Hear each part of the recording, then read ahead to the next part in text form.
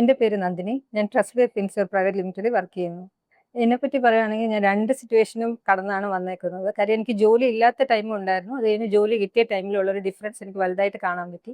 ജോലി ഇല്ലാതിരുന്ന സമയത്ത് ഞാൻ എല്ലാ കാര്യങ്ങൾക്കും ഹസ്ബൻഡിനെയോ അച്ഛനെയോ അമ്മയോ ഡിപ്പെൻഡ് ചെയ്യേണ്ട ഒരു അവസ്ഥയായിരുന്നു. ഹസ്ബൻഡ് ഒറ്റയ്ക്ക് എല്ലാ കാര്യങ്ങളും ചെയ്യുമ്പോൾ എനിക്ക് ബുദ്ധിമുട്ട് തോന്നിയിട്ടുണ്ട്. കുഞ്ഞുങ്ങളുടെ കാര്യത്തിന് പോലും ഒന്നിനും ഹെൽപ്പ് ചെയ്യാൻ പറ്റില്ലല്ലോ എന്നുള്ളത്. പിന്നെ എനിക്കൊരു ജോലി കിട്ടിക്കഴിഞ്ഞപ്പോൾ എല്ലാ കാര്യങ്ങളിലും ഞാനും കൂടെ ഇൻവോൾവ് ആയി. കുഞ്ഞുങ്ങളുടെ ഫീസിന്റെ കാര്യത്തിനാണേലും എനിക്ക് എല്ലാത്തിനും ഒരു പാർട്ടിസിപ്പേഷൻ കൊടുക്കാൻ പറ്റി എന്നുള്ളത് എനിക്കൊരു വലിയ പ്രൗഡായിട്ട് തോന്നി. പിന്നെ കുഞ്ഞുങ്ങളുടെ പേരിൽ ഞാനൊരു ചെറിയ ഡെപ്പോസിറ്റ് തുടങ്ങി. അവർ വളർന്നു വരുമ്പോഴത്തേക്ക് അതൊരു നല്ല എമൗണ്ട് ആവാൻ വേണ്ടിയിട്ട്. അങ്ങനെയുള്ള നല്ല കാര്യങ്ങൾ എനിക്ക് ചെയ്യാൻ പറ്റി. എനിക്ക് എല്ലാ സ്ത്രീകളോടും പറയാനുള്ളത് ഒരേ ഒരു കാര്യമുള്ളൂ. എന്തൊക്കെ ജോലി ഇല്ലാന്ന് പറഞ്ഞാലും നമ്മുടെ കയ്യിൽ ഫിനാൻഷ്യലി എന്തെങ്കിലുമൊക്കെ ഉണ്ടാവണം.